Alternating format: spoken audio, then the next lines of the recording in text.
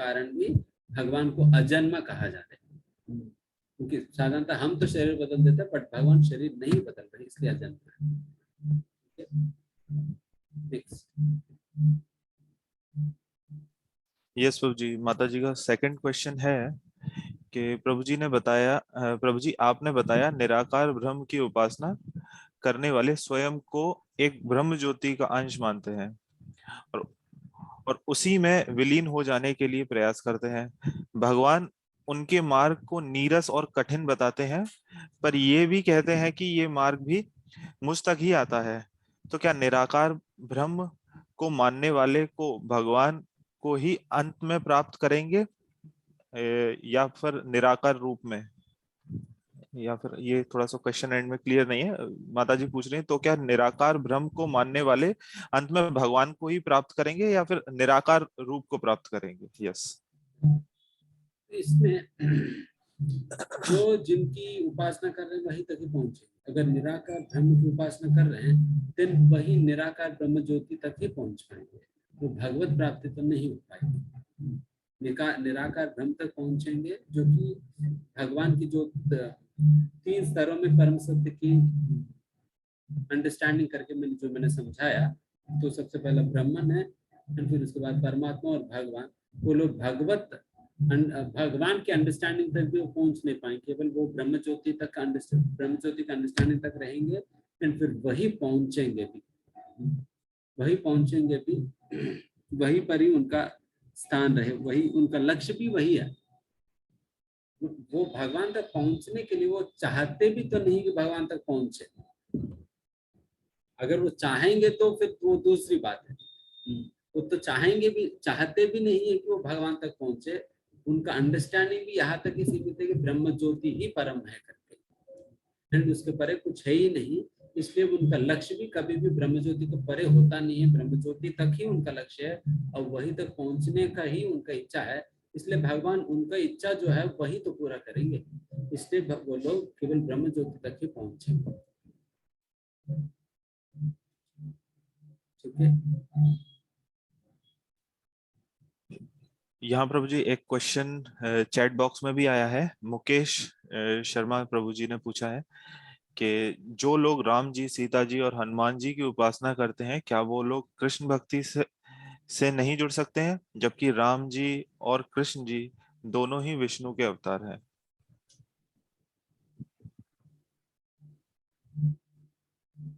देखिए, भागवत में भी 11वें स्कंद में इस प्रकार से है कि कोई कोई भगवान की विशेष रूप से या भगवान के एक विशेष अवतार से उनकी एक विशेष आकर्षण रहता है। लेकिन ये कोई गलत नहीं है कि सीताराम लक्ष्मण हनुमान की उपासना में लगना। कोई शास्त्र विरुद्ध नहीं, शास्त्र विरुद्ध भी नहीं है, भगवत गीता का व्यतिरेक भी नहीं है, बिल्कुल भगवत गीता का भगवत गीता के अनुसार ही है। इस प्रकार से सीताराम लक्ष्मण हनुमान का आप उपासना कर सकते हैं। सभी को एक विशेष लगाव रहता है, किसी एक विशेष अवतार के प्रति उनका आकर्षण रहता है, तो वो आकर्षण रहना कोई गलत नहीं है, बट डेफिनेटली समझना चाहिए कि मतलब क्या स्थिति है, ये भी तो समझना चाहिए। तो मतलब इनकी क्या पोजीशन है, राम जी कौन है, कृष्ण कौन है, हनुमान जी कौन है, सीता देवी कौन है, इन सारे लोगों के विषय में तत्वतः जानकारी तो होना चाहिए। ऐसा नहीं कि अंध रूप से हम कर रहे हैं। अच्छा, गणेश जी भी, आप गणेश जी को भी पूजा कर सकते हैं, शिव जी को भी पूजा कर सकते हैं, दुर्गा जी को पूजा कर सकते हैं। तो इस प्रकार से, इस प्रकार की भावना के साथ आप सीताराम लक्ष्मण को पूजा कर रहे हैं, तो वही है कि फिर कोई अंतर नहीं है, क्योंकि सीताराम लक्ष्मण को भी, हनुमान को भी आप राम जी को भी देवी देवताओं के अंतर्गत ही एक व्यक्ति के रूप में आप गिन रहे हैं। तो इस प्रकार की अंडरस्टैंडिंग, बट हमें क्लियरली अंडरस्टैंडिंग होना होगा कि किन की क्या स्तर है, हम किस लिए किन का पूजा कर रहे हैं। उस अंडरस्टैंडिंग के साथ आप सीताराम की पूजा निश्चित रूप से कर सकते हैं।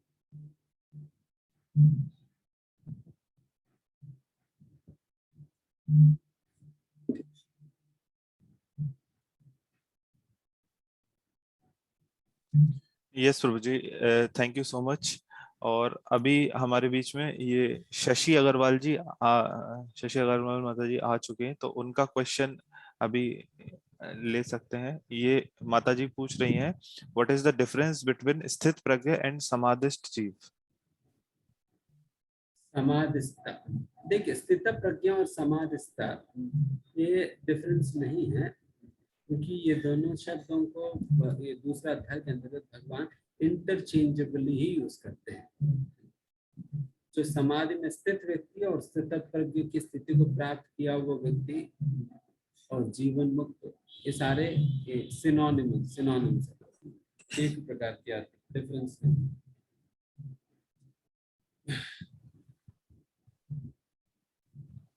यस प्रभु जी। तो विशाल अरोरा जी पूछ रहे हैं कि is it okay to work towards our dream whether it is materialistic और spiritual dreams?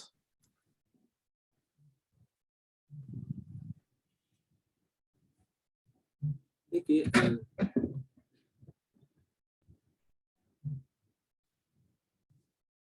to work towards our dreams or ambitions, देखिए अल्टीमेटली हमारा जीवन के लक्ष्य वो आध्यात्मिक ही होना है। And always the short-term goals should also be in line and in supportive of the long-term goals. ये बुद्धिमान व्यक्ति की कार्य होता है। जैसे मान लीजिए कि कोई आप अपने बेटे को स्कूल में भेज रहे हैं और बेटे फेल हो गए, आप पूछेंगे कि बेटा आप फेल क्यों हो गया? देन बेटे बताएगा कि पापा मैं बहुत व्यस्त था। अरे क्या व्यस्त है तुम्हारी? तुम्हें तो पढ़ने के लिए मैंने स्कूल भेजा, तो किस में व्यस्त? पापा मैं डांस और ड्रामा करने में बहुत व्यस्त था, डांस ड्रामा करने में बहुत व्यस्त था इसलिए पढ़ा नहीं। देन आप क्या कहेंगे? अरे तुम्हें मैं डांस ड्रामा करने के लिए भेजा हूँ स्कूल, मैंने आपको भेजा पढ़ने के लिए ना, पढ़ने के लिए। तो पढ़ने के लिए जो कुछ हो तो वो करनी चाहिए, बट ये डांस ड्रामा में क्यों लग रहा है? तो कल से डांस ड्रामा बंद करो और पढ़ाई करो, अगली बार फेल नहीं होना है करके डांटेंगे ना। भगवान भी एग्जैक्टली ही कहेंगे,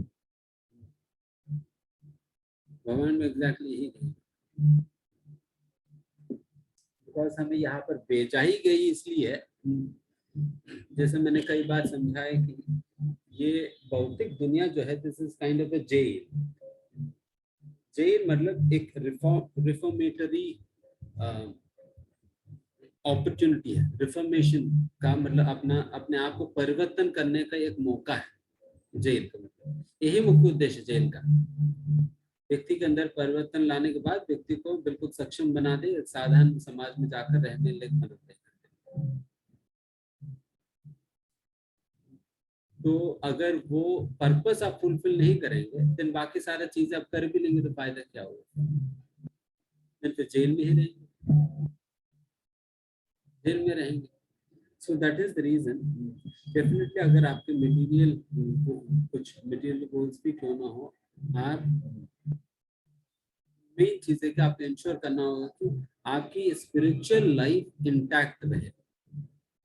स्पिरिचुअल लाइफ के अंतर्गत जो जो चीजें आपको करने के लिए कहा जा रहा है वो करते हुए जिस हद तक आप अपना भौतिक जीवन में चीजें कर सकते हो वो करिए। बट आध्यात्मिक जीवन को कॉम्प्रोमाइज करके मटेरियल लाइफ को परस्यू करके कोई फायदा नहीं। ये एग्जैक्टली उसी प्रकार से है, कोई व्यक्ति डांस ड्रामा कर रहे बट पढ़ाई नहीं कर रहे स्कूल में जाकर, उन्हें भेजा गया पढ़ाई करने। उसी प्रकार से यहाँ पर हमें भेजा ही गई इसलिए ताकि हमारे अंदर परिवर्तन आए, हम वापस भगवतम वापस लौटे, so that we can go back home। But हम उस प्रकार की तैयारी नहीं करेंगे तो देन यहाँ के आने का पर्पस ही सॉल्व नहीं होगा। इसलिए ऑल्दो जो भी मटेरियल लाइफ के अंदर जो भी हम करते हैं कोई बात नहीं है, बट आप उस हद तक भौतिक जीवन का अंतर्गत कार्यों को करिए जिस हद तक आप अपना आध्यात्मिक जीवन के अंतर्गत कार्यों को अच्छा से बैलेंस कर सकें। उससे ज्यादा करके कोई फायदा नहीं। कोई फायदा नहीं, केवल हम अपना जीवन को बर्बाद ही कर रहे हैं। ठीक है ना?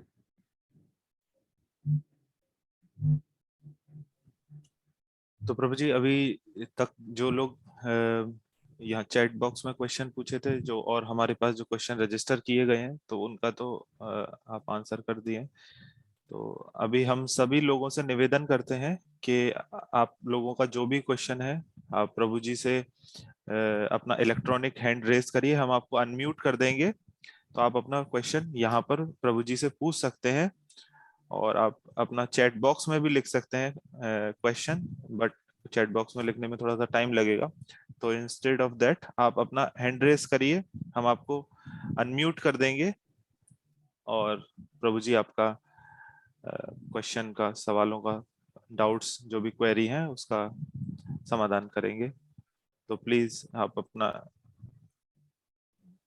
यस, मधु शर्मा जी माता जी हैं, उनका हैंड रेज हुआ है, तो हम उनको अनम्यूट कर रहे हैं। और माता जी आप अपना अगर कैमरा भी ऑन कर सकते हैं, या कोई बात नहीं, आप जैसे भी पूछना चाहें आप पूछ सकते हैं।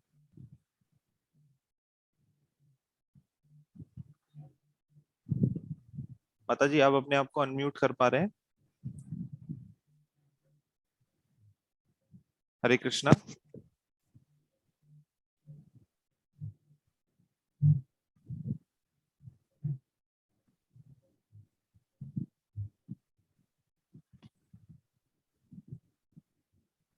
मतलब अनम्यूट नहीं कर पा रहे। माता जी को अनम्यूट, यहाँ आस्क टू अनम्यूट कर रहे हैं। माता जी आप अपने आप को उधर से अनम्यूट करके अपना क्वेश्चन पूछ सकते हैं।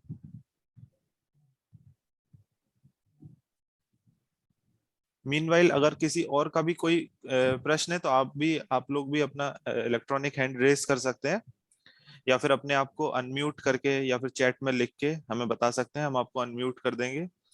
और आप उसके बाद अपना, जब माता जी बोल रही हैं कि नॉट एबल टू अनम्यूट, कोई बात नहीं माता जी, आप अपना क्वेश्चन चैट बॉक्स में भी लिख सकते हैं, या नीचे एक माइक माइक जैसा आइकन है, उस पर क्लिक करिए, आप अनम्यूट हो जाएंगे।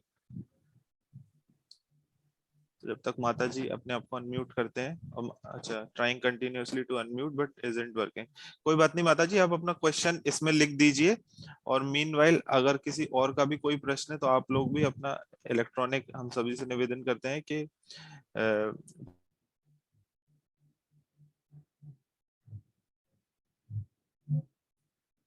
तो उसको पूछिए, और अपना हैंड रेस करिए, या फिर अपना क्वेश्चन को इसमें चैट बॉक्स में लिखिए।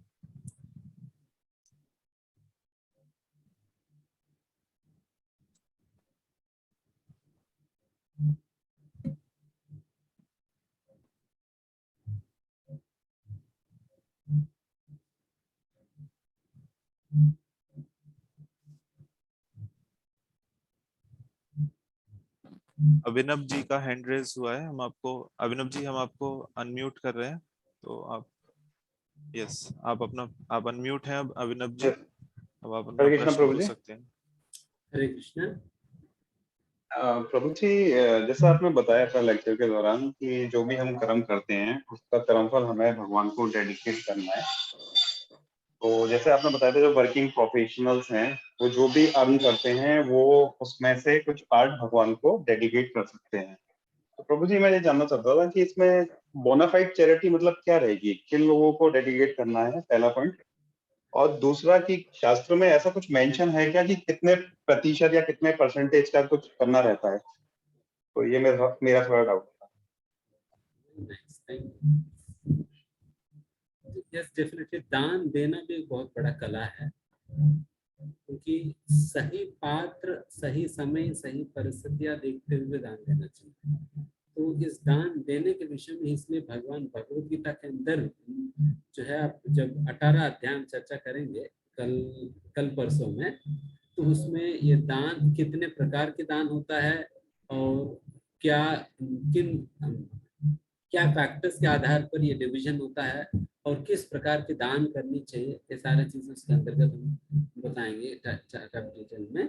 बेसिकली 4 प्रकार के दान होता है, सात्विक दान और राजसिक और तामसिक एंड फिर चौथा विशुद्ध सत्व की दान होता है।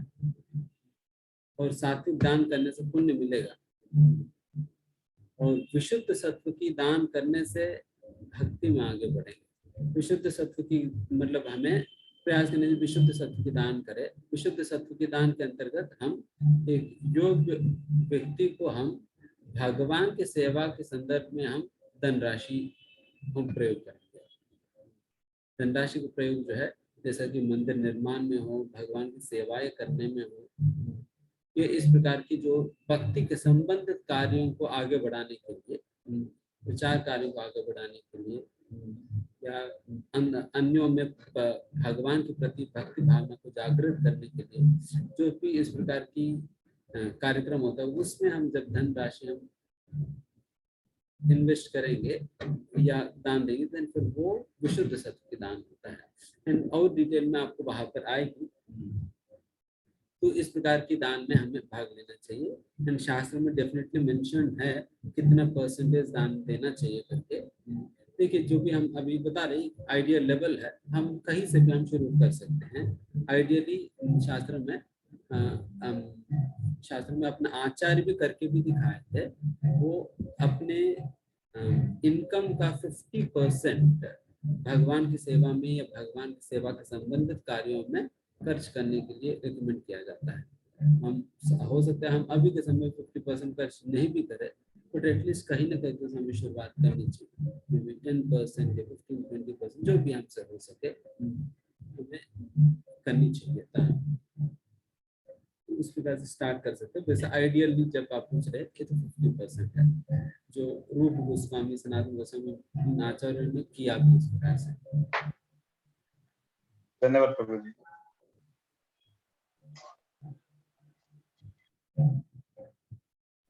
तो हरे कृष्णा। आप सभी लोगों से निवेदन है, अगर आप लोगों का कोई भी प्रश्न है तो आप प्रभु जी से अपना इलेक्ट्रॉनिक हैंड रेस करके या चैट बॉक्स में अपना प्रश्न लिख के प्रभु जी से पूछ सकते हैं। मीनाक्षी चौहान जी का प्रश्न आया है चैट बॉक्स में, प्रभु जी उसको पढ़ देते हैं।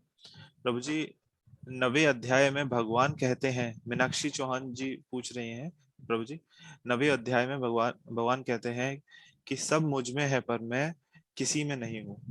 तो क्या हम सब में भगवान का अंश नहीं है, उनसे अलग ही हैं, और हम भगवान की भक्ति और सेवा कर भगवान के पास भगवत धाम में जा सकते हैं, पर उनमें एकाकार नहीं होते या उनमें विलीन नहीं होते। यस, हमें डेफिनेटली भक्तों का ये लक्ष्य नहीं होता या इस प्रकार का अभिलाषा नहीं होता है भगवान में जाकर विलीन होने का, क्योंकि भक्तों का भावना हमेशा यही रहता है कि मैं भगवान की सेवा में रत रहूं या भगवान की सेवा करूं। लेकिन भगवान की सेवा कैसे आप कर पाएंगे जब भगवान में विलीन हो जाएंगे, भगवान में एकाकार हो जाएंगे, तो सेवा का मौका ही खत्म हो जाता है। एंड सेवा के माध्यम से ही भक्त को आनंद मिलता है। तो उस प्रकार की सेवा से कभी भी एक भक्त जो है वो हटना नहीं चाहता है। तो इसलिए एक भक्त भगवान के डेफिनेटली एक भक्त जो है भगवान के धाम में जा सकते हैं, भगवान के पार्षद बन सकते हैं, भगवान के साथ में रह सकते हैं, ये सारा संभव है। बट भक्त कभी ये नहीं चाहेगी मैं भगवान में जाकर मैं विलीन हो जाऊं या एकाकार हो जाऊं। एंड जिस प्रकार से आपने कहा कि हम सभी भगवान के अंश है, इसलिए बात भगवान स्वयं कहते ममे वांशो जीवभूता जीवलोके जीवभूता सनातन, मम एव अंशः, मेरे ही अंश है ये जीव। भगवान कह रहे मेरे ही अंश है। तो उस प्रकार से हम सभी भगवान के अंश है। इस प्रकार से एक बहुत बड़ा गोल्ड माइन है, उसका एक छोटा सा कण है, एक छोटा सा कण होता है, वो भी गोल्ड ही है। एक गोल्ड माइन भी सोना ही। तो उस प्रकार से हम एक छोटा सा कण है, छोटा सा अंश है भगवान के। उस प्रकार से हम भगवान की अंश है। और जिस प्रकार से सारे अंगों का कार्य क्या रहता है, जैसे हमारे शरीर में अनेक अंश है या अनेक अंग है हमारे शरीर की। हमारे हाथ है, पैर है, आंखें हैं, इन सारे अंगों का क्या काम रहता है? इन सारे अंगों का एक ही काम रहता है वो हमारी सेवा करना। सारे अंगों का कार्य यही रहता है, हमारी सेवा करना। देन अगर ये हाथ पैर और आंखें वांखें कह दे कि हम आपकी सेवा नहीं करेंगे, देन इसका मतलब फिर वो बीमार की स्थिति है। जैसे उदाहरण के लिए हमारी आंखों की कार्य है देखना और उस प्रकार से हमारी सेवा करना, बट आंख अगर देख नहीं पा रही है, देखती नहीं है, देन फिर इसका मतलब आंख एक बीमार स्थिति में है। अगर हाथ हम जिस प्रकार से चलाना चाहते हैं, अगर उस प्रकार से चलती नहीं है, तो इसका मतलब ये हाथ जो है एक बीमार की स्थिति में है। तो इस प्रकार से जो भी शरीर के अंश या अंग जो होता है, उसका मुख्य कार्य होता है शरीर की सेवा करना। उसी प्रकार से हम भी भगवान के अंश होने के कारण हमारा क्या मुख्य कर्तव्य होता है, वो भगवान की सेवा करना।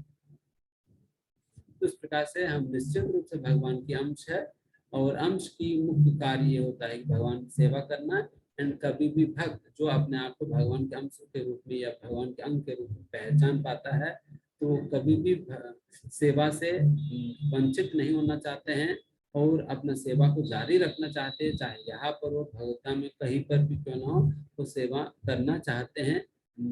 एंड इसलिए कभी भी एक भक्त के अंदर ये अच्छा नहीं होती है कि मैं भगवान में एकाकार हो जाऊं, क्योंकि इस प्रकार से एकाकार होने से फिर उनकी सेवा करने का मौका खत्म हो जाती है। तो इसलिए एक भक्त जो है वो, और तो भगवान अगर चाहते तो भगवताम चले जाएंगे, भगवान के साथ रहेंगे, बट भगवान में एकाकार नहीं। तो इससे आपकी प्रश्न की समाधान।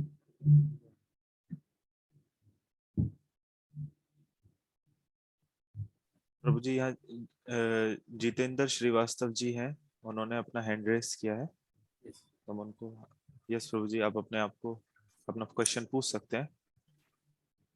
प्रभु जी, हरे कृष्णा प्रभु जी। हरे कृष्ण। प्रभु जी, मेरा एक प्रश्न कई जो मैं प्रचार कार्य करता हूँ और उसमें हरे कृष्ण महामंत्र के जाप के लिए भी जैसे लोगों को कहता हूँ, तो ज्यादातर लोग उसमें टिक नहीं पाते। वो कहते हैं ये बहुत लंबा मंत्र है, और उसमें अगर आप उनको कहो कि अच्छा आप हरे कृष्ण हरे कृष्ण ऐसा करो, तो वो बड़े जल्दी राजी हो जाते हैं। वो कहते हैं हाँ ये ठीक है, या ओम नमो भगवते वासुदेवा को उसमें भी राजी हो जाते हैं। पर जब उनको महामंत्र के लिए बोलो तो वो एकदम से थोड़ा सा हेजिटेट करते हैं, या उसको एक दिन कर लेंगे सामने, बाद में वो कंटिन्यू नहीं करते। तो अगर वो छोटा मंत्र से प्रैक्टिस करते हैं या ओम नमो भगवते वासुदेवाय से ही प्रैक्टिस करना शुरू कर देते हैं, तो क्या वो ठीक है प्रभु जी? देखिए, हर एक युग के लिए विशेष मंत्र दी गई है। जैसे इस कलयुग के लिए विशेषकर ये मंत्र हरे कृष्ण महामंत्र दिए गए, इसलिए इस युग के अंतर्गत हम प्रयास करने चाहिए हरे कृष्ण महामंत्र की जाप करने का, क्योंकि बाकी अन्य मंत्र करने के दौरान हो सकता है कि कुछ नियम इत्यादि चीजों का पालन भी करना पड़े, बट वो सारे जाने बिना जब हम करने लगेंगे तो फिर हो सकता है कि कुछ और ही हो। इसलिए हमें बेसिकली उन्हें बेस्ट है कि हमें रेकमेंड करनी चाहिए हरे कृष्ण महामंत्र करने का। अगर वो कहते बहुत लंबा मंत्र है, देन कहिए तो ठीक है, आप इतने बार नहीं कर सकते, कम से कम 10 बार तो करो, 15 बार करो, 54 बार करो, यहाँ से तो शुरू करो, कहीं ना कहीं से शुरू करो। अगर कम बार भी करनी है, 108 बार आप नहीं कर पाओगे, ठीक है 54 बार से शुरू करो, बट हरे कृष्ण महामंत्र करनी चाहिए। क्योंकि हरे कृष्ण महामंत्र की विशेषता जैसा महाप्रभु कह ही रहे हैं, स्मरण ये न काला, किसी प्रकार के नियम इत्यादि चीजें नहीं है उसमें, ये छूट भगवान महाप्रभु ने दिया है। इसलिए हमें ज्यादातर इस हरे कृष्ण महामंत्र लेना चाहिए, क्योंकि खास करके ब्रह्मा जी नारद मुनि को इस कलयुग के लिए विशेषकर रिकमेंड किया हुआ मंत्र है। जब नारद मुनि पूछते हैं कि कलयुग के जीवों को उद्धार कैसे हो पाएगी, तब ब्रह्मा जी मंत्र बताते हरे कृष्ण। इसलिए विशेषकर कलयुग के लिए सूचित किया गया मंत्र, इसलिए हम इसी को हम रखना चाहिए। प्रभु जी, मेरा एक प्रश्न और है छोटा सा, वो ये कि जैसे आपने कल बताया था कि सभी को भगवान के जो भक्त होते हैं उनके माध्यम से भगवान के पास जाना श्रेष्ठ होता है। तो जैसे आपने बताया कि जो भगवान शंकर हैं वो परम वैष्णव हैं, तो अगर कोई व्यक्ति उनकी भक्ति के थ्रू भगवान के थ्रू पास जाना चाहता है, या जैसे और देवी देवता हैं वो भी भगवान के पार्षद हैं, तो कोई उनके माध्यम से भगवान के तरफ आगे बढ़ना चाहता है, तो वो कहाँ तक सही है? मुझे पता था इस प्रकार की कोई ना कोई प्रश्न पूछेंगे। तो इसमें सबसे पहला, हम जब देवी देवताओं को हम नमन भी कर रहे हैं या उनके संबंधित कोई कार्य में हम लग भी रहे हैं, हमारे दिमाग में बिल्कुल क्लियर होना होगा कि उनकी क्या स्थान है, भगवान की क्या स्थान है, उन दोनों को क्या संबंध है। क्योंकि इस प्रकार से ये बिल्कुल क्लियर होना होगा। एंड फिर उस प्रकार की उनकी पूजा हो या उनका पूजा करने का उद्देश्य भी बहुत क्लियर होना होगा। अगर आपके बौद्धिक प्रकार का उद्देश्य है तो बाढ़ में जाएंगे।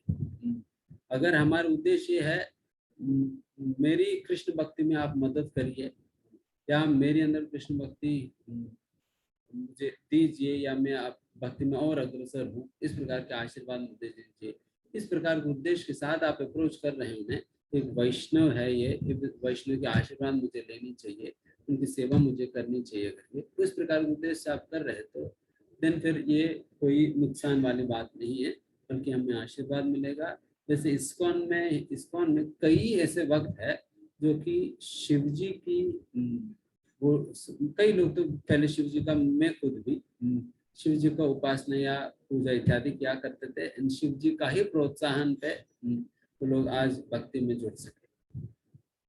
इसलिए हाँ, तो सभी ही लोग, खास करके ब्रजवासी लोग भी शिव जी के प्रति बहुत ही आदर की भावना रहता है उनमें, बहुत मानते हैं शिव जी को ब्रजवासी लोग भी, क्योंकि वो धाम पालक के रूप में सभी का संरक्षण करते हैं, सभी लोगों को धाम के संरक्षण करते हैं शिव जी। एंड फिर सभी लोगों को भगवान की सेवा में लगने का प्रोत्साहन देते हैं। तो उस प्रकार से हम प्रार्थना कर सकते हैं, जिस प्रकार से गोपियों ने कात्यायनी से भी प्रार्थना किया, कात्यायनी से प्रार्थना। बट मूड और उद्देश्य और कंसेप्शन एंड पर्पस, ये दोनों क्लियर होना होगा। क्या कंसेप्शन है देवी देवताओं का, एंड पर्पस क्या है, एक तो सबसे पहले ये बात है। एंड दूसरा पॉइंट इसी संदर्भ में, देखिए देवी देवताओं में ज्यादातर देवी देवताएं हैं वो मिश्रित भक्त, शुद्ध भक्त नहीं है, शुद्ध भक्त नहीं है, ज्यादातर मिश्रित भक्त है। शिव जी जैसा लोग तो काफी विरले हैं देवी देवताओं के अंतर्गत, शिव जी जैसा तो काफी विरले है देवी देवताओं के अंतर्गत। इसलिए हो सकता है कि हम सही प्रकार का मार्ग ना पकड़ पाए, इसलिए हमें बहुत ही सतर्क रहना होता है इसमें। इसलिए हम ज्यादातर हम वैष्णव आचरण के द्वारा सूचित मार्ग के द्वारा ही हम आगे बढ़ते हैं। तीसरा, जिस प्रकार की विधान वैष्णव आचरण ने सूचित किया है, अगर हम अपने आचरण के अंदर कहीं पर अगर देवी देवताओं का पूजा भी करना है, तब भी हमारे वैष्णव आचरण ने सूचना दिया है किस प्रकार से हमें उनकी आराधना करनी चाहिए अगर करना है तो। जैसे कि भगवान को जो भोग लगाए हुआ प्रसाद ही भगवान को आप देवी देवताओं को भोग लगा सकते हो प्रसाद के रूप में। तो उस प्रकार से अनेक चीजें हैं, तो उन सारे चीजों को जानकर उस विधि विधान के अनुसार हम कर सकते हैं। एंड इसमें एक और बात यह है कि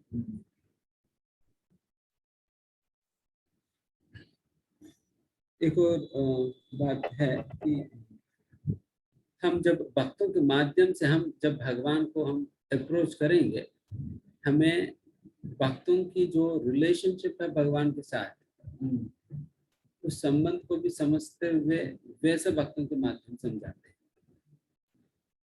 वैसा ऑल्दो हम गौड़ी वैष्णव में हम शिव जी को और ब्रजवासी लोग भी शिव जी को बहुत आदत सब कुछ है, बट जब हम भक्तों के माध्यम से भी जब हम भगवान को अप्रोच करते हैं, तब हम अपने आचार्य के माध्यम से हम भगवान को अप्रोच करते हैं, आचार्य के माध्यम से अप्रोच करते हैं। तो इस प्रकार से, बिकॉज वो भावना जो है, जिस प्रकार से हमारे आचार्य भगवान को अप्रोच करते हैं, जैसे चैतन्य महाप्रभु ने कहा, रम्या काचित उपासना ब्रज भगवत के नहीं आत्म पिता।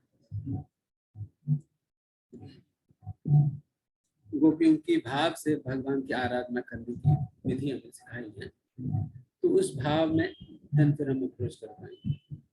इस प्रकार से 4-5 चीजें हम ध्यान रखते हुए, मतलब इससे थोड़ा क्लियर है आपको? जी जी बिल्कुल। हरे कृष्ण। हरे कृष्ण प्रभु जी। जैसे मधु शर्मा माता जी जो है वो अपना अनम्यूट नहीं हो पा रही थी, तो उन्होंने चैट बॉक्स में अपना क्वेश्चन लिखा है, हम पढ़ देते हैं। तो तुलसी जी भगवान को बहुत प्रिय बताई गई है। तुलसी पत्र की भगवान के भोग में इतनी अधिक महत्व है, फिर भी तुलसी के प्रयोग तुलसी पत्र को तोड़ने को लेके बहुत निषेध बताए गए हैं, जबकि भगवान की पूजा अर्चना के लिए ऐसा कुछ नियम नहीं है। इसका क्या अभिप्राय है?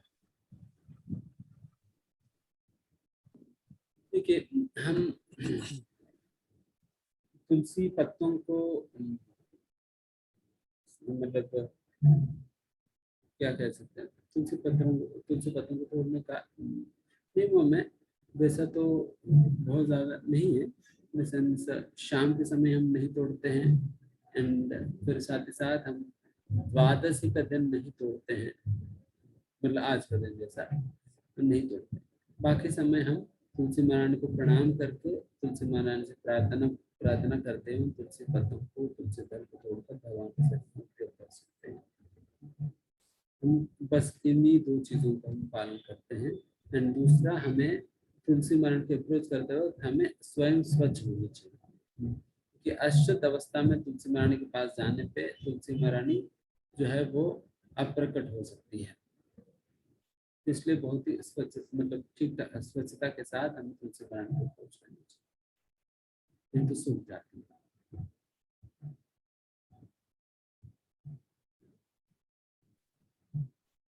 प्रभु जी ऐसा कई बार कर्म कांड के संबंध में बहुत से नियम रखते हैं, बट हम वैष्णव संप्रदाय में हम इतने सारे नियमों को तो हम पालन नहीं करते हैं। जो विशेष है, जो उपयुक्त है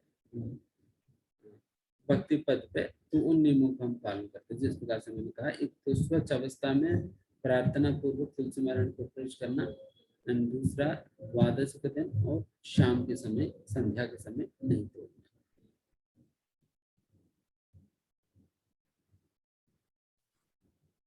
तो हम आशा करते हैं मधु शर्मा माता जी का ये संशय दूर हुआ होगा।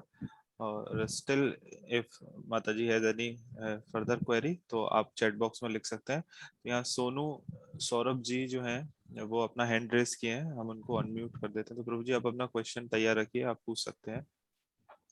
हरे कृष्णा प्रभु जी, दंडवत प्रणाम। मैं सोनू बोल रहा हूँ। प्रभु जी, मेरा 2 क्वेश्चन है। पहला तो ये है कि हम काम करने जाते हैं ऑफिस में, तो अधिकतर लोग रजोगुण वाले लोग रहते हैं, तो उनके संपर्क में हम आते हैं। और दूसरी ओर हमारा भी ऐसा पैशन रहता ही है कुछ, कि हम अच्छा काम करके दिखाएं। तो प्रभु जी, इसका मतलब तो ये है कि हम तमोगुण में ही अभी हैं। तो उस तमोगुण से सतोगुण की ओर कैसे आया जाए, जबकि चारों ओर हम रजोगुण वाले लोगों से घिरे हुए हैं। तो उस सतोगुण की ओर कैसे जाए, और अपना भी पैशन भी है, तो कैसे उस सतोगुण में ट्रांसफर हुआ जाए। और दूसरा क्वेश्चन ये है कि निष्काम भक्ति को लेकर, हम जैसे हम चैंटिंग करते हैं, तो चैंटिंग करते करते या फिर कभी भी जैसे कुछ जरूरत पड़ती है जो हम नहीं कर पा रहे हैं अपने से, तो भगवान से प्रार्थना करते ही हैं कि भगवान ये हमको आप दे दें। तो वो कहीं ना कहीं तो प्रभु जी ये हुआ ही ना कि वो सकाम भक्ति हो गई। तो ये मेरे से हो जाता है कभी कभी, मतलब कभी कभी जो जो हमको मुझे जरूरत है तो मैं भगवान से मांग ही लेता हूँ। तो एक तो वो सकाम भक्ति हो गई। तो वो सकाम भक्ति से निष्काम भक्ति की ओर कैसे वो जाया जाए, ये 2 क्वेश्चन है प्रभु जी, जो कि मैं डे टू डे लाइफ में प्रैक्टिकली डील नहीं कर पाता। मतलब मैं आपके आपके माध्यम से जान तो गया हूँ कि ये दोनों गलत है, लेकिन वो कैसे उससे छुटकारा पाया जाए, वो आप प्रभु जी कृपा मार्गदर्शन करें हमारा। अच्छा प्रश्न है। तो इसमें सबसे पहले रजोगुण से सत्वगुण में जाने के विषय में देखिए,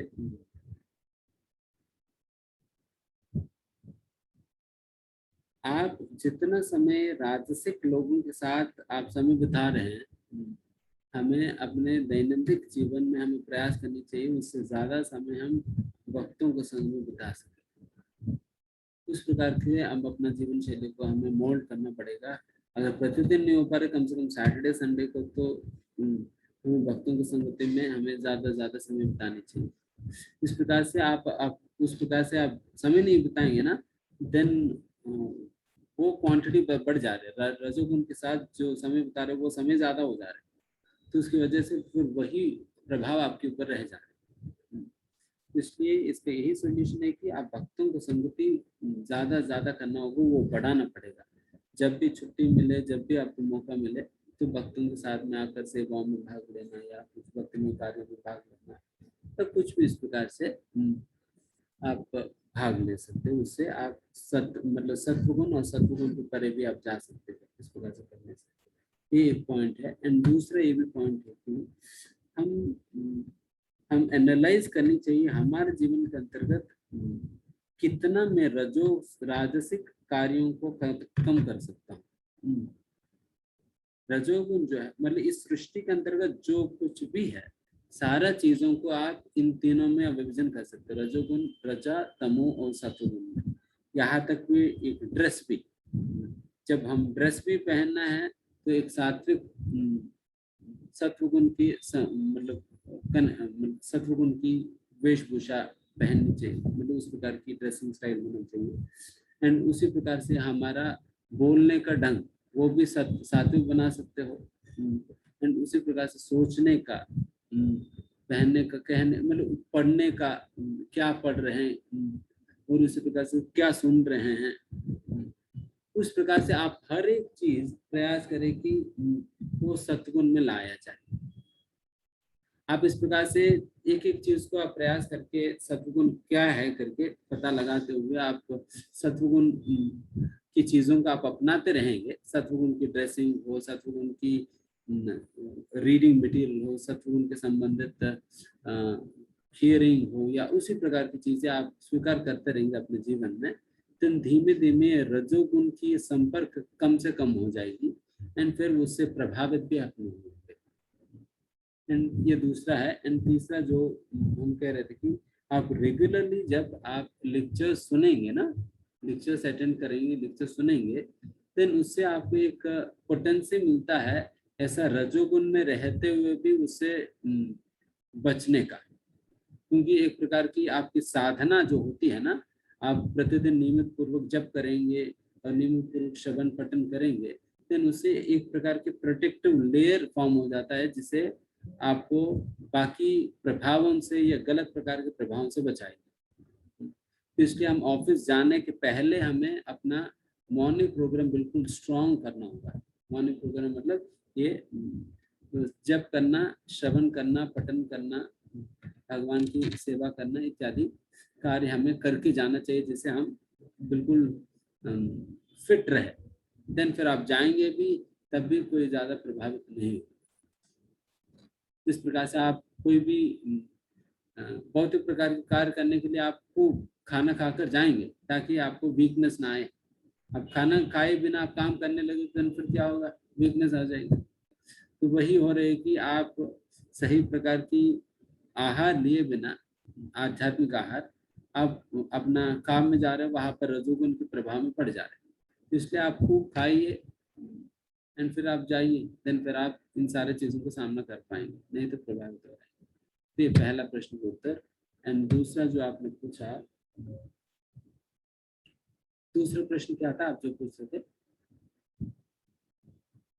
दूसरा प्रश्न था प्रभु जी कि सकाम भक्ति से निष्काम भक्ति में, जैसे हम लोग हाँ जी वो जो चैंटिंग करते हैं तो हमारे ध्यान में तो आ ही जाता है, भगवान से कुछ ना कुछ तो मांग ही लेते हैं कि प्रभु मुझे कुछ आप दे दे, ये मेरा थोड़ा काम कर दे। तो जी कैसे इससे बचा जाए? कोई बात नहीं, इसमें वही है कि भागवत में कहा जाता है अकाम सर्व काम होगा मोक्ष काम उदाहरती तीव्रेन भक्ति योगेन यजन्ति पुरुषं परम। इसमें कहा जाता है चाहे अकाम, बिना कोई कामना का भी क्यों ना हो, सर्व काम हुआ और हर प्रकार की कामना के साथ भी क्यों ना हो, और मोक्ष काम, मोक्ष की कामना के साथ भी क्यों ना हो, सबसे महत्वपूर्ण बात है हम भक्ति करें। कामना के साथ भी क्यों ना हो, भक्ति करना महत्वपूर्ण है। अगर भक्ति हम बहुत ही तीव्र भक्ति हो गए, अगर तीव्र रूप से समर्पित होकर हम भक्ति हम अच्छा से करेंगे तो ये सारा कुछ धुल जाएगा। क्योंकि प्रॉब्लम है कि हम ये सारा विचार, ये सारा खामने हमारे अंदर किस लिए आ रहे हैं? क्योंकि हम सेटिस्फाइड नहीं, हम संतुष्ट नहीं है अपने जीवन को लेकर। हमें हमेशा कहीं ना कहीं कमियां दिखाई पड़ रही है अपने जीवन में। मेरे पास ये नहीं, मेरे पास वो नहीं, ये होते अच्छा हो जाता, वो होते अच्छा हो जाता करके। ये सब कुछ खत्म हो जाएगी अगर आप भक्ति अच्छा से करें। भक्ति अच्छा करना मतलब, जैसे मैंने कहा, आप अच्छा से श्रवण करिए, पठन करिए। ये करने से आप कॉन्सेप्ट्स वगैरह क्लियर हो जाएगी। देन पता चलेगा अच्छा मुझे कुछ पाकर भी मैं संतुष्ट नहीं हो पाऊंगा। अगर भगवान दे भी दे, जो मैं मांग रहा हूँ वो चीज मुझे मिल भी जाए, फिर भी मैं उससे संतुष्ट नहीं हो पाऊंगा, क्योंकि ये चीजें मेरा भूख मिठाएगी नहीं। जैसे मान लीजिए आपको खूब भूख लग रहा है, भूख लग रहा है, भूख लग रहे हैं, अंदर से आवाजें आ रही है, इतना भूख लग रहा है तुम्हें। अगर मैं आपको आपकी स्थिति देखते हुए मैं आपको क्या करूंगा, थोड़ा सा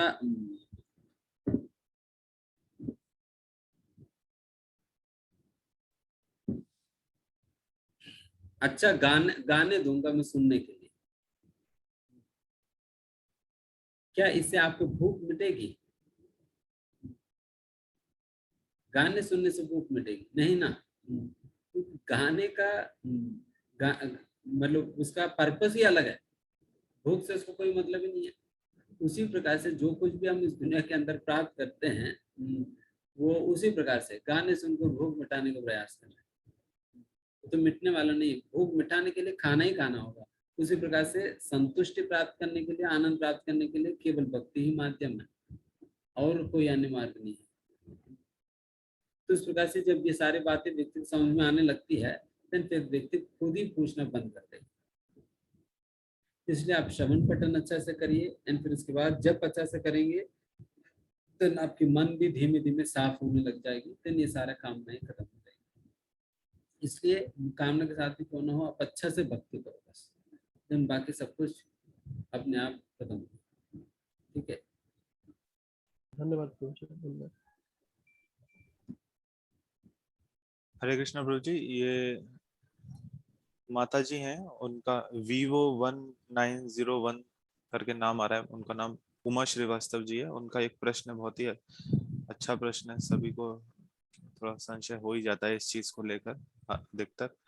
माता जी का प्रश्न है, यदि हम भगवान का प्रसाद देवताओं को भोग लगाते हैं तो यह तो उन्हें भगवान का प्रसाद अर्पित किया, तो उन्हें भोग कहाँ लगा? मतलब देवताओं को भोग कहाँ लगा? हमने तो उनको भगवान का ही भोग लगा दिया, देवताओं को भोग कहाँ लगा? तो बात यही है कि देवताओं को सीधा भोग लगाना ही नहीं चाहिए, लगाना ही नहीं चाहिए। तो बट जब कोई कहता है नहीं मुझे कुछ खिलाना है देवताओं को, तब कहा जा रहा है ठीक है, आप पहले भगवान को बुलाओ, फिर उनके बाद उनको प्रसाद दो। उनकी वैसा देवताओं को आप जब प्रसाद खिलाओगे, देन देवताओं को भी उद्धार होगी। अगर उन्हें आप सीधा भोग खिलाओगे, देन उनको भी आप पाप ही खिला रहे हैं, देन उनको भी तो वही लगेगा, उनके लिए वो नुकसान है। आप सीधा खिलाएंगे तो वो खा लेंगे और उनको नुकसान भी होगा। तो इसलिए हमें जब इस प्रकार से करना भी होता है, फिर इस प्रकार से करें। इसलिए इसलिए हम भक्तों को सिंपली हम ये सिखाते हैं कि आप उस और जाओ ही मत, कि नहीं तो ये सारा कंफ्यूजन दिमाग में रहता है, मैं कैसे करूं, इस प्रकार से करूंगा तो क्या हो जाएगी। इसलिए उस प्रकार से जाओ मत, आप सीधा केवल हम इसलिए आप इस्कॉन मंदिरों में एक बार कोई भक्त प्रश्न पूछ ही रहे थे कि कोई देवी देवताओं का कोई चित्र वित्र नहीं होता है। इसलिए नहीं होता है क्योंकि सारा कंफ्यूजन खत्म करने के लिए सिंपली भगवान को भोग लगाओ और भक्तों को बांटो और खुद दिखाओ, ये उत्तम है। फिर ये सारा कंफ्यूजन खत्म हो जाएगा। इसलिए हमारा भक्तों की जो असलियत में अनन्य भक्ति में जो है, फिर वो लोग तो फिर उस प्रकार के कार्यों में लगते ही नहीं, इस प्रकार कार्यों में लगते नहीं है, सीधा भगवान को भोग लगाएंगे और भक्तों को बांटेंगे और खुद खाएंगे, तो उसी प्रकार से। तो फिर देवी देवताओं को लगाने वाले ये सारा झंझट ही नहीं।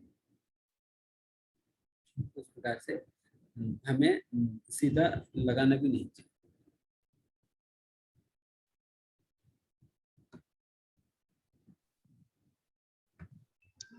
प्रभु जी, इसमें तो ऐसा है कि देवी देवता भी तो एक तरह से भक्त ही है ना भगवान के, और जब उन भक्त है तो आपने तो एक और कहा है कि भक्तों का मतलब आप सेवा करिए तो आपको ज्यादा पुण्य प्राप्त होगा। तो देवी देवता और इवन शंकर जी भी भक्त ही है भगवान के, तो उनकी भी आराधना लोग करते ही हैं, तो एक तरह से तो ठीक ही हुआ ना जो आप बोले ये बात कि भक्त की सेवा कीजिए, भक्त के माध्यम नहीं, से ही ये आप गलत भगवान है, ये गलत है। बिकॉज सबसे पहले मैंने अभी देवी देवताओं के विषय में मैंने कई चीजें समझाई। जब तक ये सारा लोगों को कॉन्सेप्ट ही क्लियर नहीं है, कॉन्सेप्ट ही क्लियर नहीं, वो तो यही समझते हैं कि ये भी वही है और ये भी वही है, कृष्ण भी वही है और शिव जी भी वही है, दुर्गा जी भी वही है, किसी का भी पूजा कर लो, क्या दिक्कत है करके। उनको अंडरस्टैंडिंग क्लियर नहीं है कि कौन सेवक है, कौन भगवान है, कौन स्वामी है। तो सबसे पहली बात तो ये है। एंड फिर दूसरा, जैसे मैंने ये भी बात क्लेम किया था, मोस्टली देवी देवताएं तो मिश्रित भक्त है, शुद्ध भक्त नहीं है, जिसकी वजह से अगर मिश्रित भक्तों का ही सेवा में, मिश्रित भक्तों का ही संगति करेंगे तो फिर मिश्रित भक्त ही बनेंगे, शुद्ध भक्त नहीं बन पाएंगे। इसलिए शुद्ध भक्त बनना होगा, इसलिए शुद्ध भक्तों का हम संगति करते हैं। एंड तीसरा, जैसे मैंने ये भी बात समझाया कि किस प्रकार से देवी देवताओं की सेवा करनी चाहिए। लोग तो अभी डायरेक्टली सेवा करते हैं, उनको कोई मतलब ही नहीं होता, क्योंकि पता ही नहीं कि कैसे सेवा करनी चाहिए। बस हमारे दादाजी करते थे, हमारा दादी करती थी, तो हम भी कर रहे हैं, कोई समझ ही नहीं होता। तो इसलिए भगवान क्लियरली बता दिया ना कि इस प्रकार की डायरेक्टली देवी देवताओं का पूजा करना ये अविध पूर्वकम है। जजंती मामेव कौन्तेय, जिस प्रकार से आप कह रहे हैं वो भगवान का ही सेवा है, बट वो विधि पूर्वक सेवा नहीं, वो गलत प्रकार से इलीगल तरीके से भगवान की सेवा कर रहे हैं। तो इलीगल तरीके से क्यों हम काम करें? हम जब लीगली काम कर सकते हैं, लीगली कर रहे हैं ना, तो बात तो यही है। इसलिए हम सही विधि पूर्वक सेवा करें इस प्रकार से।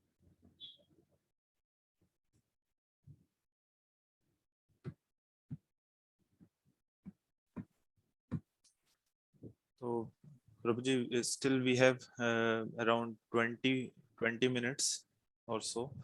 तो अभी किसी का भी, जो भी हमारे पास प्रभु जी क्वेश्चंस वगैरह थे और जो भी प्रेजेंट हैं, तो उनके क्वेश्चंस तो हम लोग ले चुके हैं। और अभी still if anybody has any question, they can raise their electronic hand, or they can also ask their questions by writing them in our chat box. तो आप सभी से निवेदन है कि आप सभी लोग अपने जो भी क्वेश्चंस वगैरह हैं या जो भी किसी भी तरीके का डाउट्स है, तो आप वो पूछ सकते हैं चैट बॉक्स में लेके या अपना इलेक्ट्रॉनिक हैंड रेस करके। ठीक है। प्रभु जी, मुझे एक और मेरा प्रश्न है। मेरा एक छोटा बच्चा है, 2 साल का है, तो अभी तो ग्रो कर रहा है, बहुत ही छोटा है।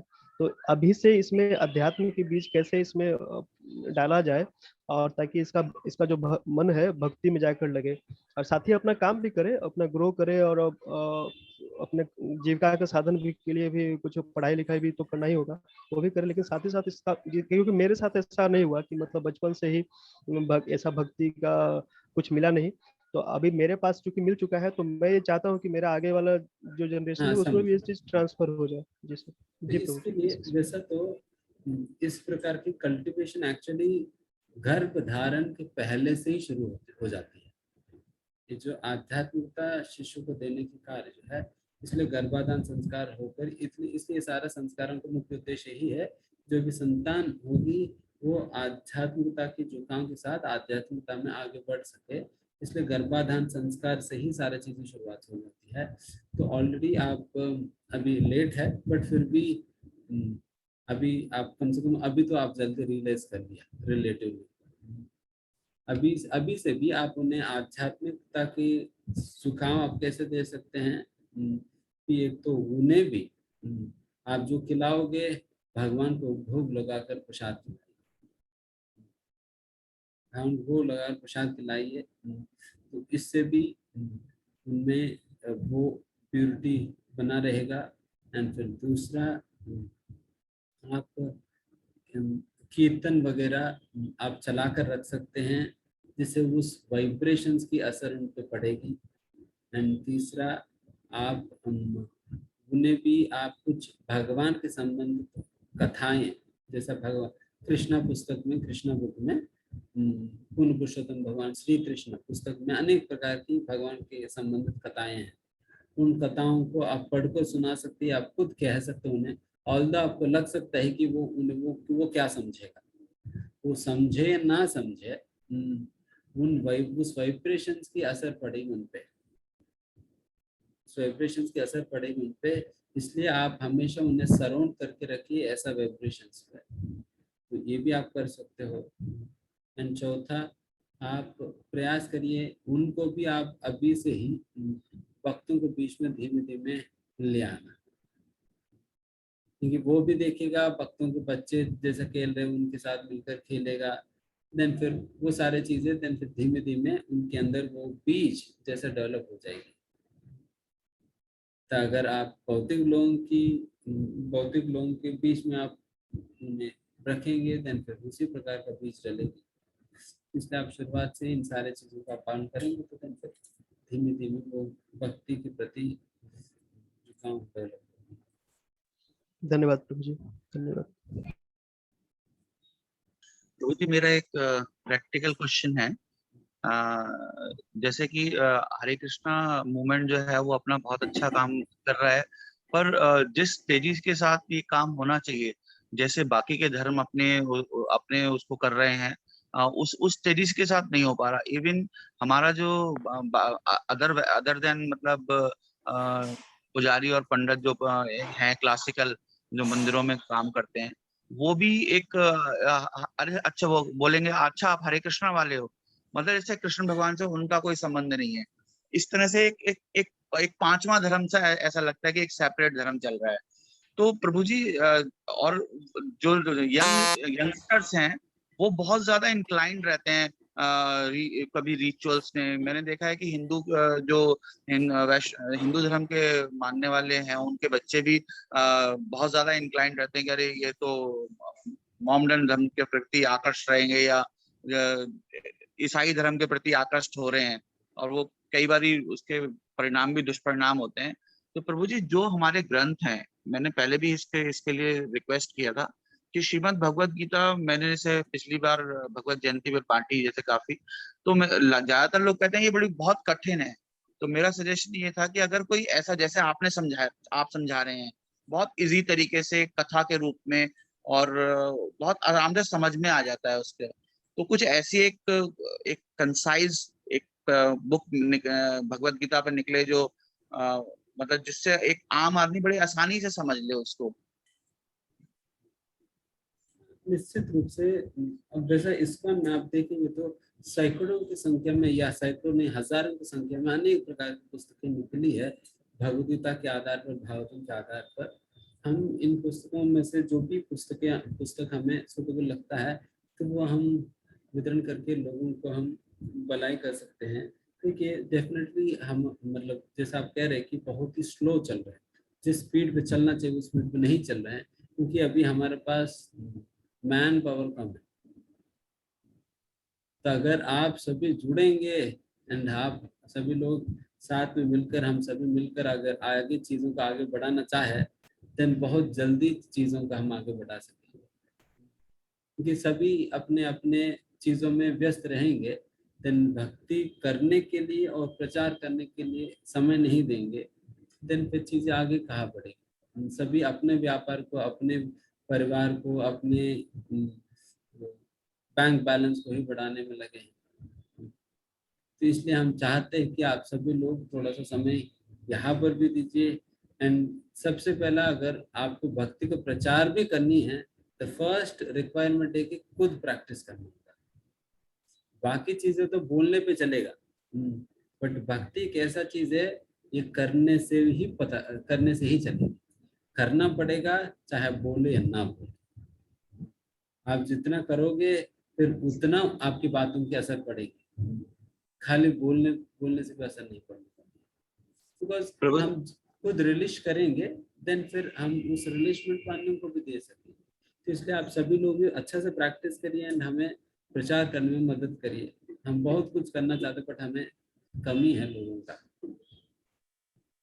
प्रभु जी मेरा एक प्रश्न ये था कि जैसे प्रसाद खाने से और नाम जपने से सबसे ज्यादा प्रगति होती है, और नाम अपना प्रभाव दिखाता ही है, और प्रसाद तो सबसे ज्यादा प्रगति का माध्यम है। तो अगर हम जैसे बीजों को ही क्या नाम भगवान का प्रसाद के रूप में बना दें, तो और उन बीजों को बोया जाएगा तो वो तो ऑलरेडी मतलब चढ़ा हुआ है होगा प्रसाद, तो जो भी कुछ उससे निकलेगा और उसे जो भी कोई खाएगा वो डेफिनेटली उसके अंदर परिवर्तन आएगा। मतलब रूट के ऊपर ही क्या नाम अगर हम काम करें, जैसे सब भक्त मिलके खेतों के पास जाएं, वहां नाम जप करें और वहीं भगवान को, उन खेतों को ही भगवान को अर्पण कर दें कि भगवान जो भी निकले वो आपका प्रसाद है, मतलब निकलने से पहले ही अर्पण कर दें, तो फिर तो उसको चाहे वो हिंदू खाए, वो मुसलमान खाए, ईसाई खाए, उन सब में भगवत भक्ति पैदा हो सकती है। मतलब साइंटिफिकली इसके ऊपर थोड़ा सा काम होना चाहिए, क्योंकि प्रभाव तो नाम नहीं करना है। हमारे एक भक्त थे, आप ही की तरह सोचते थे। फिर वो क्या करते थे, भगवान के प्रसाद का कोई लेकर फिर सारा पेड़ों को टच करते हुए जाते थे, ताकि पेड़ को टच करके कहते थे कि अब ये भगवान को ऑफर हो गया, अब इस पेड़ से जो भी निकलेगी ये प्रसाद ही है, तो जो भी खाएगा उनको उद्धार हो जाएगी। जी भावना है। अच्छा, ओके, नेक्स्ट। हरे कृष्णा प्रभु जी, एक प्रश्न आया है चैट बॉक्स में। सुमन माता जी पूछ रही हैं, वो बोल रही हैं कि वो जहाँ जॉब करती हैं तो उनको मतलब जो भी मतलब वो बुकिंग काउंटर है कोई जहाँ जॉब करती हैं, तो वो अपने जॉब में रहकर जब भी करती हैं, तो जितना प्रयास हो सकता है अपने क्षमता अनुसार वो वहां पर भी, अगर घर में टाइम नहीं मिल पाता तो वो वहां भी जब करती हैं, मगर थोड़ा काम के वक्त जब करते समय थोड़ा डिस्टरबेंस होता है और मन चिड़चिड़ा हो जाता है, तो उस स्थिति में क्या करना चाहिए? देखिए, जो हमारा नियमित जप है वो हम एक्सक्लूसिवली हम समय देकर करनी चाहिए। ये बुकिंग काउंटर में जो हम कर रहे हैं वो एक्स्ट्रा हम कर सकते हैं, एक्स्ट्रा हम कर सकते हैं, बट जो आपके नियमित जप है, जो कि 4 माला, 8 माला, 10 माला, 16 माला, जितना भी क्यों ना हो, वो प्रॉपरली हम डेडिकेशन के साथ हमें करनी चाहिए। ऐसा नहीं कि हम कोई और काम करते हुए बीच में हम ये चीजें डाल दिए कर रहे हैं। नहीं, ये प्रॉपर एक्सक्लूसिवली समय देकर हमें करनी चाहिए। उस प्रकार से आप अपना नियमित जप करिए। फिर बाकी समय अगर आप माला पे भी क्यों ना हो, आप वैसे भी बोल सकते हो हरे कृष्ण मंत्र बोलते हुए आप अपना बुकिंग पे काम करिए। अगर जप करने के लिए उतना समय गैप मिल जा रहा है, 10 मिनट गैप मिल जा रहा है, फिर माला पे करे, कोई बात नहीं। तो अभी आपको प्रॉब्लम है कि क्या है ना, कि आप कभी जप का सही अभ्यास ही नहीं कर रहे हैं, तो उसकी वजह से आपकी जप कभी भी सुधरेगा नहीं, कभी भी सुधरेगा नहीं, बिकॉज आप एक प्रकार से मतलब उसका प्रैक्टिस ही सही से नहीं कर रहे हैं ना, कभी समय ही नहीं दे रहे हैं, क्योंकि बुकिंग काउंटर में बैठ कर कौन सी जब हो पाएगी, कितना मतलब कितना ध्यान पूर्वक हो पाए। हम एक्सक्लूसिवली बैठने के बाद भी मन नहीं लगता है, तो वैसा परिस्थितियों में काउंटर पे कौन सा जब होगा। इसलिए आप सबसे पहला आप अपना जो नियमित जप है वो आप एक्सक्लूसिवली प्रैक्टिस कीजिए, सही प्रकार के समय देकर बैठ के अच्छा से आप जप करिए, वो आपकी नियमित मालाएं हैं।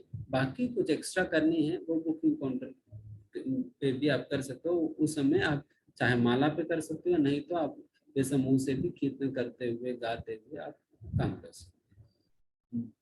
इसलिए आपका आपके ऊपर जप की असर नहीं पड़ रहा है, इसलिए वो चिड़चिड़ापन ये सारा चीजें आपकी में, वो जब को कोई असर ही नहीं पड़ रहा है, क्योंकि जब कभी सुनने का समय ही नहीं है, इसलिए आप अच्छा से करिए। यस प्रभु जी, अभी हमारे पास 10 मिनट और हैं, तो अभी खुशबू शर्मा जी और जय ध्वज प्रभु जी का हैंड रेज है, तो क्या क्वेश्चन ले सकते हैं अभी? हाँ, हरे कृष्ण प्रभु जी। हरे कृष्ण। प्रभु जी, मेरा सवाल ये है कि जब भी मैं टेंपल जाती हूँ या किसी भी भक्त से वैष्णव से मिलती हूँ, तो मैं देखती हूँ उनके चेहरे पे एक अलग ही तेज होता है। हर अगर उनसे बात करो या कभी भी उनसे कुछ भी पूछो तो एकदम स्माइल फेस के साथ हर क्वेश्चन का आंसर देते हैं, और हर सिचुएशन में उनका जो नेचर है वो एकदम सेम रहता है, स्वभाव एकदम शांत शांत और अच्छा रहता है। तो मैं हमेशा यही प्रयास करती हूँ कि मेरा भी स्वभाव वैसा ही रहे जैसे एक शुद्ध भक्त का वैष्णव का रहता है। तो मैं उसके लिए निरंतर प्रयास कर रही हूँ। लेकिन जब तक मैं भक्ति करती हूँ या चैंटिंग करती हूँ, तब तक तो मेरा स्वभाव ठीक रहता है, लेकिन उसके अलावा वैसे फिर नॉर्मल हो जाता है जैसे है। तो मेरा सवाल ये है कि एक शुद्ध वैष्णव बनने के लिए तो मुझे क्या प्रयास करने होंगे जिससे मेरा नेचर सदैव भक्ति में लगा रहे और भगवान में लगा रहे, और मैं एकदम उनकी तरह बन जाऊं।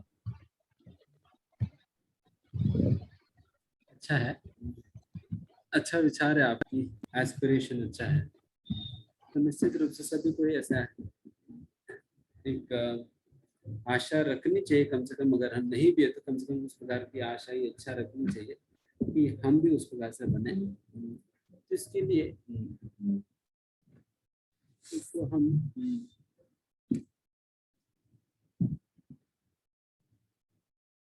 जो भी भक्ति के अंगों की पालन हम कर रहे हैं, अल्टीमेट सॉल्यूशन तो वही है। भक्ति के अंगों का पालन जो कर रहे हैं उसी को और ध्यान पूर्वक श्रद्धा के साथ और लगन के साथ समर्पित होकर डेडिकेशन के साथ हम करें।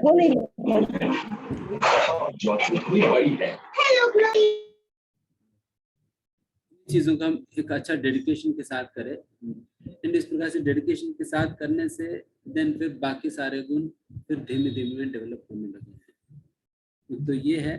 एंड दूसरा, हम अपनी ओर से भी हमें प्रयास करनी चाहिए इन गुणों को अपने अंदर विकसित करने का।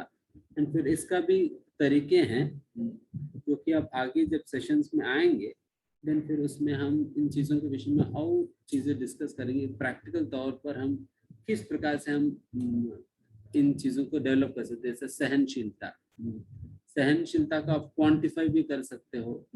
अभी मेरे अंदर कितना सहनशीलता है, क्या है, तो इस प्रकार से आप क्वांटिफाई कर सकते हो। उसके लिए कुछ हम सिस्टम बताएंगे कैसे आपको करनी चाहिए, एंड उसका जो भी सपोर्ट चाहिए वो सारा कुछ हम प्रदान करेंगे। तो उस प्रकार से धीमे धीमे आप अपने अंदर उन गुणों को विकसित भी कर सकते हैं भक्ति करते हैं, है ना, भक्ति के ही सहायता से। धन्यवाद प्रभु जी। तो जय ध्वज प्रभु जी, आप अपना क्वेश्चन पूछ सकते हैं। हरे कृष्णा, आप अपने आप को अनम्यूट कर लीजिए। हरे कृष्णा प्रभु जी। भगवान कृष्ण का जो अर्च विग्रह है उसकी पूजा तो साधारण मूर्ति पूजा नहीं है, किंतु देवताओं की अर्च विग्रह की पूजा वो मूर्ति पूजा कहलाती है। ये इसको कैसे समझे हम? अच्छा, अच्छा प्रश्न। देखिए,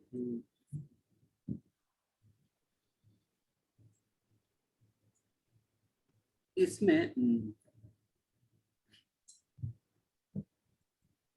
भगवान की योजना के अनुसार जिस प्रकार से भी शास्त्रों में प्रमाणित रूप से जिन विग्रहों की पूजा करने के लिए अनुमति दी गई है, अगर उस पद्धति के अनुसार हम करेंगे देन फिर ये मूर्ति पूजा नहीं कहलाई जाएगी। और तो भगवान के विषय में तो ये अंडरस्टैंडिंग है कि भगवान हर जगह व्याप्त है, इसलिए इस उस श्री विग्रह के अंदर भी है भगवान। फिर साथ ही साथ भगवान को आवाहन भी किया जाता है शुद्ध भक्तों के माध्यम से, इसलिए भगवान उस श्री विग्रह में व्यक्तिगत रूप से वहां पर उपस्थित भी रहते हैं भगवान। बट डेफिनेटली देवी देवताओं के लिए देवी देवताओं के केस में तो ऐसा नहीं कि वो हर जगह व्याप्त है। जैसे हम इसलिए हम ये नहीं कह सकते वो मतलब उस श्री विग्रह के अंदर ही है करके। बट इस केस में हम इस प्रकार समझना चाहिए कि भगवान की शक्ति का प्रोत्साहन से ही इन लोगों को उन श्री विग्रहों के माध्यम से सेवा स्वीकार करने की क्षमता दिया गया है भगवान की ओर से। शिव विग्रह के माध्यम से सेवा स्वीकार करने की क्षमता उन्हें दी जा रही है। तो इसलिए वो लोग उस पद्धति के अनुसार हम सेवा करेंगे तो फिर उन तक भी वो सेवा पहुंच जाएगी। फिर उस सेंस में देखेंगे तो देन श्री विग्रह भी वैलिड है। इसलिए हम देखिए मतलब इवन यहाँ तक भी हम श्रील प्रभुपाद जी का हो या गुरुजनों का भी हो, हम कई बार विग्रह रखते हैं और विग्रह के रूप में जो श्री गुरु है उनका सेवा भी करते हैं, तो उस समय भी हमें ये नहीं मानना चाहिए कि ये विग्रह कुछ और है और गुरु कोई और है। रादर हमें विग्रह को भी गुरु से अभिन्न ही मानते हुए हम सेवा करते हैं। वहां पर भी यही कॉन्सेप्ट है कि भगवान की शक्ति की वजह से ही ये गुरुजन जो है अपनी श्री विग्रह के माध्यम से उस सेवा स्वीकार कर रहे हैं। हालांकि वो सर्वव्यापक नहीं है भगवान की तरफ, फिर भी भगवान के प्रोत्साहन से फिर वो लोग श्री विग्रह के माध्यम से वो सेवाएं स्वीकार कर सकते हैं, क्योंकि ये शास्त्र प्रमाणित है। इसलिए हरे कृष्ण। ठीक है, फिर यहाँ पर समाप्त कर सकते हैं। किसी और कोई प्रश्न तो प्रभु जी 2 क्वेश्चन और हैं चैट बॉक्स में, बहुत छोटे छोटे 2 क्वेश्चन है, हम ले सकते हैं क्या? 2 क्वेश्चन और है प्रभु जी, ले सकते हैं क्या? यस। तो पहला क्वेश्चन जो है वो हिमांशु जी का है। उन्होंने पूछा है कि इफ आई प्ले द हरे कृष्ण महामंत्र on my music system for the entire day will it bring any benefit in my home? और सेकंड क्वेश्चन प्रीतम यादव जी ने पूछा है कि व्हाट डज लीला मीन्स? ये 2 ही क्वेश्चन है प्रभु जी आखिरी। हिमांशु प्रभु का डेफिनेटली आप चला कर रखिए, ये अच्छा चीज है, बट हमारी कहना है कि आप चलाने के साथ साथ आप उस कीर्तन के साथ साथ आप भी गुनगुनाइएगा, इसका ज्यादा असर पड़ेगा। आप भी खुद भी गुनगुनाइए। तो मेन मतलब इस प्रकार से चला कर रखने का मुख्य कारण यही है ताकि हमें स्मरण हो भगवान की। अगर हम बीच बीच में भूल भी जाए, ये जब ये कीर्तन चलता रहता है वो हमारे कानों में पड़ने के कारण फिर हमें कभी कभी बीच बीच में याद आने लगते हैं। उस प्रकार से भी एक स्मरण दिलाने के लिए ये काम करता है। एंड स्मरण करने के साथ साथ आप भी गुनगुनाएंगे देन उसका ज्यादा और प्रभाव